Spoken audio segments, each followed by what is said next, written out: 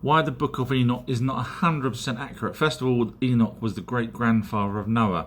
Noah was one of the only humans left alive after the flood, so therefore Enoch would have died, therefore Enoch wouldn't have been able to write about the flood, but yet it does in his book. Now that book was actually written in apocalyptic language, which is only 200 to 165 BCE according to here. So the Book of Enoch describes the boat ark like this for Noah, but of course the actual proper tablets that we've got in the British Museum describe the boat as a circular boat and tells you exactly how it was built and what wood, etc. So I know there's people out there that say to me, but the Book of Enoch says this, that and the other. Technically, when you break it down, the Book of Enoch is just like the Bible. It's well newer than the older text, and therefore you can't take it 100% accurate, unlike these proper texts here. I'm one of the foremost world leaders in the knowledge of ancient texts, tablets, scriptures, papyrus, and cylinder seals. I know it comes across very big-headed. That was actually a quote from someone else, another researcher that keeps making mistakes. And I figured, seeing as that researcher claims that they're one of the best, and yet I keep finding errors and showing their errors with evidence that they're wrong, I figured, hey, I must be one of the world leaders then. So if you're interested in learning more about spirits, aliens, giants, the list just goes on, Atlantis and so on, feel free to visit my website, outtruehistory.co.uk, and I go through many things that no one else has ever gone through, honestly. Trust me, you when you watch them, you'll say, yeah, he's right. Also, I actually have a Patreon page where I go into long videos, documentaries, which again, no one else ever covers, and I don't actually cover in my videos. They're only on my Patreon. So lots to learn here on my website. Thank you. God was so amazing that in Genesis he actually even worried whether or not the gold of the land is good. And this was before any people were there. So it was, why gold? Why not plants, which is far more important, and water, etc. Oh, hang on, what's this? This is translations of Sumerian texts talking about the Anunnaki, Enki, etc. And of course they needed gold. In fact, they even had goldsmiths. Now, do you know how difficult it is to actually create gold, proper gold, and mine it and ore it, etc. And it goes through some of them even need to have an electronic current through the solution. So for the very first people that was in the planet, Adam and Eve, come on, really? Did they need gold? Was that the most important thing to make sure that God thought that was good? Gold? Or was it the Anunnaki that needed gold, as written in tablets? Chapter 13. Synchronicity and Coincidence. Synchronicity is a concept introduced by Swiss psychiatrist Carl Jung, which refers to meaningful coincidences that cannot be explained by cause and effect, but instead are thought to be connected by some deeper underlying principle. In other words, synchronicity is the occurrence of events that are not related in a conventional cause and effect way, but have a meaningful connection or significance to the observer. Jung proposed that these meaningful coincidences occur when there is a causal connection between two or more events, meaning that they are not linked by a direct cause and effect relationship, but are still meaningfully related. These events might be connected by shared symbols, themes, or emotional states, and they often carry personal significance to the individual experiencing them.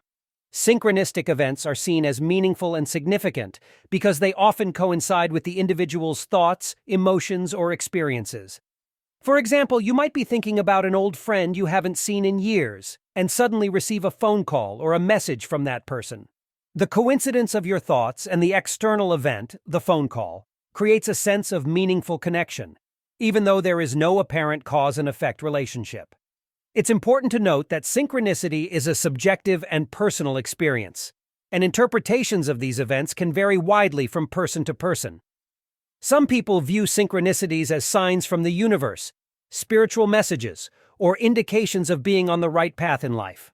Others may see them as random occurrences with no special significance. The concept of synchronicity remains a topic of interest and debate in the fields of psychology, philosophy, and spirituality. It's like karma, such as do something bad and something bad will happen to you. The reason why I say synchronicity is like karma is that if you believe it, then what happens to you, you'll think it's karma. For example, I don't believe in karma. If I do something bad and then later something bad happens to me, oh well. swings and roundabouts, I'd say. But if I believed in karma, then I'd say, I got what I deserved for doing something bad. If you break a mirror and believe it will give you years of bad luck, then every time something bad happens, you'll say it's because you broke the mirror. Karma is a concept that originates from ancient Indian religions and philosophies, including Hinduism, Buddhism, Jainism, and Sikhism. The term karma is derived from the Sanskrit word for action or deed, and it refers to the spiritual principle of cause and effect, where the intent and actions of an individual influence their future. In the context of karma, every action,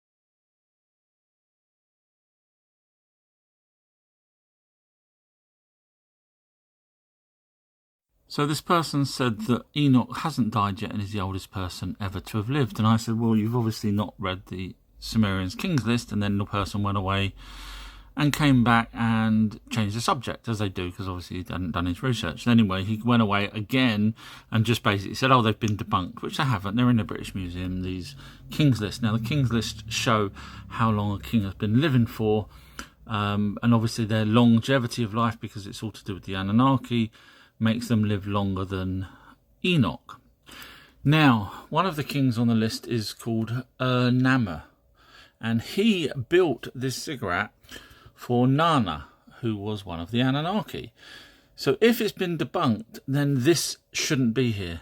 This will be gone. It's vanished. Fake. But it's there. So it hasn't been debunked, because he built the freaking... Oh, this is too easy. Please don't make it too easy. Welcome to this pinned video. This is about what I do and why my research is pretty much second to none without sounding big-headed. I have to advertise myself, so forgive me if some stuff does sound big-headed. So you've probably come here because you may have watched some videos and thought, wow, this guy knows what he's talking about. Let's see what his pinned videos are.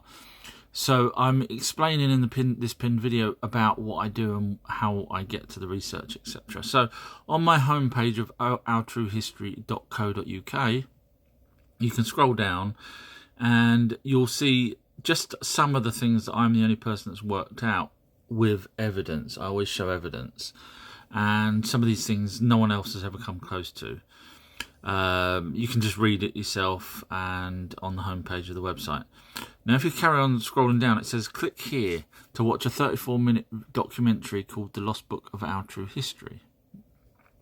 Now, that video, 34 minutes, is part of a longer, hours-long version, which I'll get to in a sec. But the 34 minutes absolutely proves, because there's tens of thousands of people that's watched it on TikTok, not one person said it's wrong, let alone tried to give evidence where my evidence is wrong.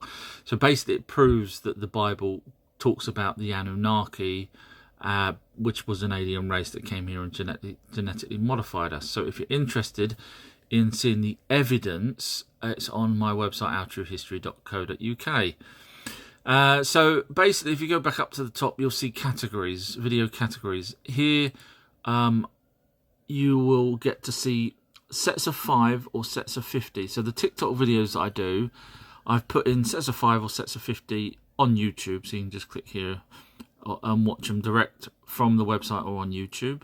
So let's just say sets of 50. So here you'll have 1 to 50, 51 to 100, and so on. So there's people that have literally binge watched them all day long and watched them off of that instead of, scrolling through 1,000 odd videos, as you see there. I can't put my phone there. These are just genuine people that's actually said, kept me up all night. So like I say, you can watch the videos in sets of 5 if you just want sort of a 5-minute fix. If you want 50 plus minutes, then click on that one. Now, you can actually type in at the top here exactly what you're looking for. So, for example, you might be interested in mermaids, giants, ghosts, Jesus, for example. So I've done the video. Yes, I'm the guy that actually said who Jesus' real father was. Again, 0 people's told me I'm wrong. let alone with evidence. And of course I show evidence. So once you're into this, type in what you want, just look for the video that you're after. So this one's Anunnaki, all these videos here for Anunnaki, Egypt, and so on, until you get to Jesus. It's not in alphabetical order, I'm afraid. There we are, Jesus, who Jesus' real father was. There we are, it's on YouTube. So you just click there and you can watch that video, and so on. Bigfoot, Stonehenge. So that's the video section of it. Podcasts. So when I do my live chats, I put them on Spotify, Apple Podcasts, etc., which you can get to under Our True History. But if you don't have any of those podcast players, you just scroll all the way to the bottom, and I've actually made it nice and easy that you can actually just listen to it from the website. So you get to hear all these live chats, and some of them are with guests, as you see, live debate there about interdimensional beings, a heated debate, Atlantis. That was after I'd found where Atlantis was, and again, that's all on my videos. Like I say, this is why people follow me, because I do show evidence, and I'm pretty much the only person that ever does this kind of research. So you can see there's a brilliant one here with RH negative guest. That means this person knows pretty much everything there is to know about RH negative blood and where it came from. So you will love that live chat. So they're on there, and we'll just go to links, because if you're interested in books or websites that I trust, because I only go by evidence, which is, unusual for some researchers, but I do. I give where I think books or information or websites, video links to things that I think are genuine, or as close as genuine as possible. So that's pretty good on there. Obviously contact me, you can do that through TikTok as well. So I have a Patreon page. Now I do documentaries. So the documentaries that I was referring to, for example, Jesus' father and stuff, sometimes I put them on YouTube and my website, sometimes I put them on my Patreon page, and that's because obviously I spend a lot of time doing the research. So for example, I'll just go through some of these now that's on my Patreon page. It's only $2.99 for a month, and there's over 100 odd videos there, and there's an audio book or 2 audio books and so on.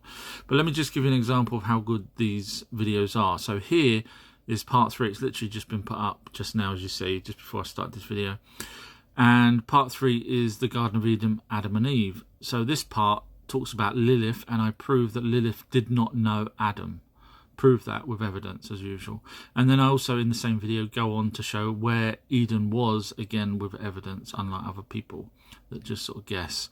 Part 2 of the same video, so I'm going down here, shows that Adam and Eve was on a spaceship for the first 24 years of their life, and that's with evidence. As I say, everything I do is with evidence. And then this one here is a chapter 1 from a new book. So as I say, there's going to be 3 audio books on there, all for the price of $2.99, and I release videos every week on my Patreon page as well as TikTok, but these ones are long documentaries, as you see the lengths of them, 50 minutes, 11 minutes, that one's just a trailer, and so on. That one's 15 minutes, and this is part 3. So there's an hour long version, in other words, for this crystal skulls, where I prove that we've been lied to by mainstream. So as you see, everything's with evidence, and I prove that the crystal skulls are exactly what we believe they are, which was unusually made by a well, I'm not going to spoil it. So I did a documentary on which videos I think are real in terms of alien spaceships that's being filmed. Another audio book part there. There's the first part of that. Another audio book there. See, this is why it's well worth the £2.99. Billy Meyer, I did videos proving, yes, I'm the only one that's done it, showed, now people have proved that he's wrong and lied, but I actually showed something that no one else has seen, which banged to rights. Basically, he made a model, and I showed that, I proved that.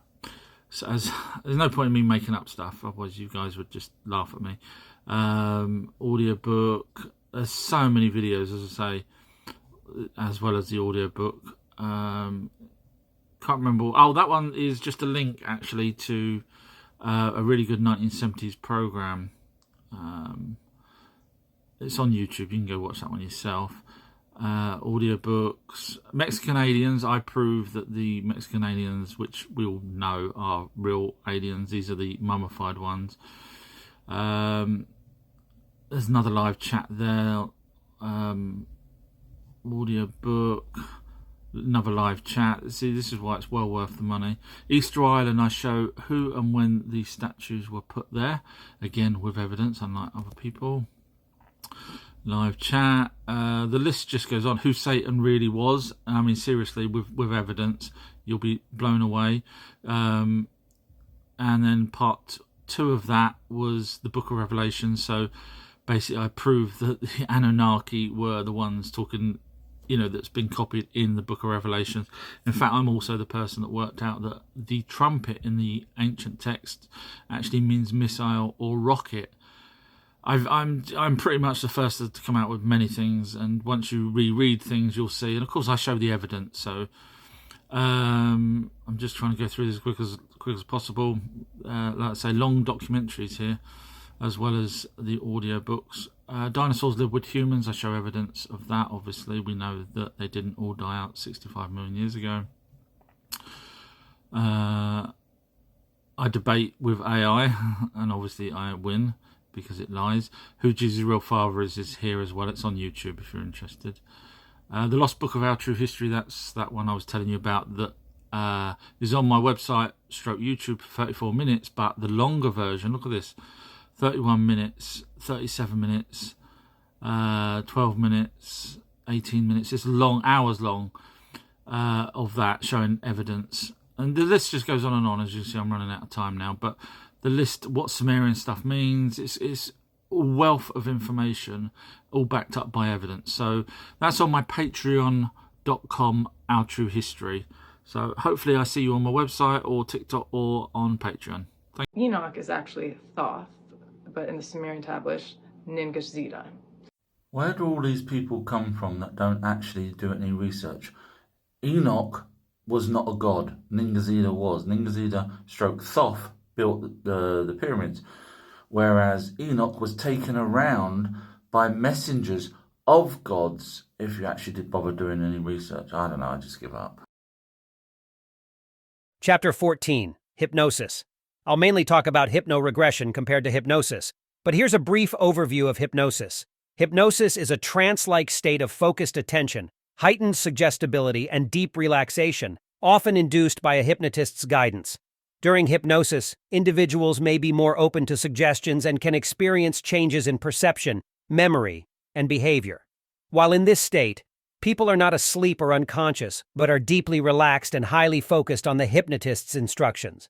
Hypnosis has been used for various purposes, including pain management, stress reduction, overcoming phobias, and improving self-confidence. It is often employed as a therapeutic technique known as hypnotherapy, where a trained therapist uses hypnosis to help individuals address specific issues or achieve specific goals.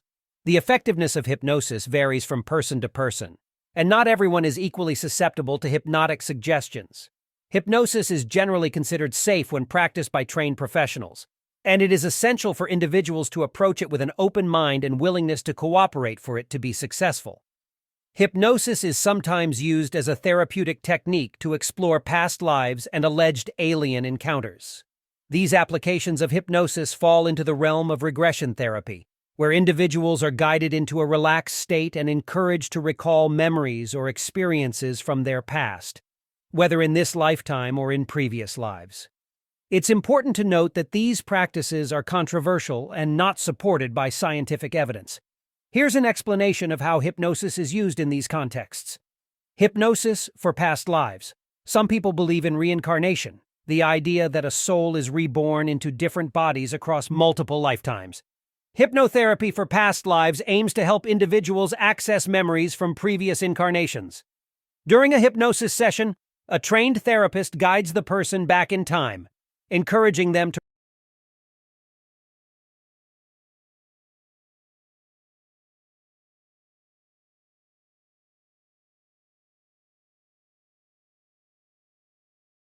proof that angels were just messengers and not ethereal beings. This is the Book of Enoch. Now you could say, well, the Book of Enoch's no good and rubbish, but then I could say that about any religious text, so you can't pick and choose what you want to read. So then Raphael, who was a holy angel, there you go, who was with me, answered me and said, this is the tree of wisdom. So he's basically telling Enoch that this is a tree of wisdom, which thy father of old and the aged mother who were there before had eaten and learnt the wisdom, and their eyes opened and blah, blah, blah. Adam and Eve, obviously. Raphael's parents were Adam and Eve. So no, stop with this angel baloney. We've got evidence that messengers, because the Anunnaki, the word messenger is angel in Hebrew. So it's a messenger, and we've got the original ancient Sumerian text with the word messenger all over, where they're doing the same thing that Raphael does. Enough now. 188 centimeters. His extraordinary growth persisted throughout his teenage years, reaching 7 feet 4 inches, 224 centimeters, at 13 years old. In his late teens, he exceeded 8 feet, 244 centimeters, in height. During his final measurement on June 27, 1940, he measured 8 feet 11 inches, 272 centimeters, tall. Tragically, he passed away at the age of 22 on July 15, 1940, due to a septic leg brace infection, a complication arising from the leg braces necessary to support his immense height. Gigantism, a rare condition caused by an overactive pituitary gland, was the reason behind Robert Wadlow's remarkable height. It's worth noting that ancient giants, too, might not have lived to old age. Giants back then could have had a similar lifespan, such as reaching the age of 22, although they would still have been considered giants. Distinguishing between the Anunnaki and other giants, like those found in stories such as Jack and the Beanstalk, is crucial. Both groups are exceptionally tall, but the ancient narratives provide specific characteristics to identify the Anunnaki, also known as Sumerian, Greek, Egyptian, Roman, and Indian gods. In Greek mythology, the Titans were a race of powerful deities, overthrown by the Olympian gods in a divine war called the Titanomachy. Some Titans, like Atlas, were described as gigantic. The Titans were believed to be offspring of primordial deities, Uranus, the sky, and Gaia, the earth. This lineage implies a connection to the Anunnaki and the Homo sapiens they created, reinforcing the idea that some of these offspring might have exhibited gigantism, as previously mentioned. The Titans were a powerful race of deities that predates the Olympian gods in Greek mythology. They were overthrown by the Olympians in a significant cosmic conflict known as the Titanomachy. Following the Titans' defeat, Zeus and the Olympian gods emerged as the dominant deities in the Greek pantheon. Note, in this context, Zeus corresponds to Enlil, and Enki corresponds to Poseidon. In Norse mythology, giants known as Jotnar, or frost giants, frequently clashed with the gods, particularly Thor. One notable giant in Norse mythology is Ymir, the first being and progenitor of all giants. Note, Thor corresponds to Marduk, the son of Enki. The origin of the Jotnar in Norse mythology is not clearly defined, leaving open the... Scientists say they now know what our oldest ancestor looked like, and it's something ever so... This news program is saying that because they found a skeleton, they believe that the ancestors of the United Kingdom were dark-skinned. Now, we do have evidence that the ancient Africans were the ones that first left Africa and then spread around. However, we've also got evidence that 100,000 years ago, the Anunnaki bred with humans Rh-negative blood in the Middle East, in which case we then got white-skinned people, or pale-skinned, olive-skinned Europeans. So we have 90,000 years between that time and when this news report's saying that the first Britons or United Kingdom people came here. So by finding one skeleton doesn't mean that they were all that particular colour. So they really do need to do a little bit more research instead of just finding one thing and saying that's it, everything therefore is correct. So don't trust mainstream until you get up at... One telltale sign of a fake is if the alleged mermaid is depicted wearing a bra or something resembling a chest covering. In the original stories and depictions, merpeople are typically depicted as naked, wearing at most a hat or wristband. Even television networks have contributed to the confusion. Animal Planet aired 2 pseudo-documentaries, The Body Found and The New Evidence, which purported to present scientific evidence of mermaid existence. However, these programs feature actors posing as scientists, a fact disclosed briefly during the closing credits. Despite this disclaimer, discussions on social media platforms like Twitter under the hashtag #mermaids indicated that a substantial number of viewers remained unaware of the fictional nature of the shows. For instance, tweets like, "Having seen the documentary Mermaids: The Body Found, I am now convinced that mermaids exist," and considering that 90% of the ocean remains unexplored, "Are you seriously suggesting that mermaids are non-existent?" retweeted over 800 times, reveal the impact of these pseudo-documentaries.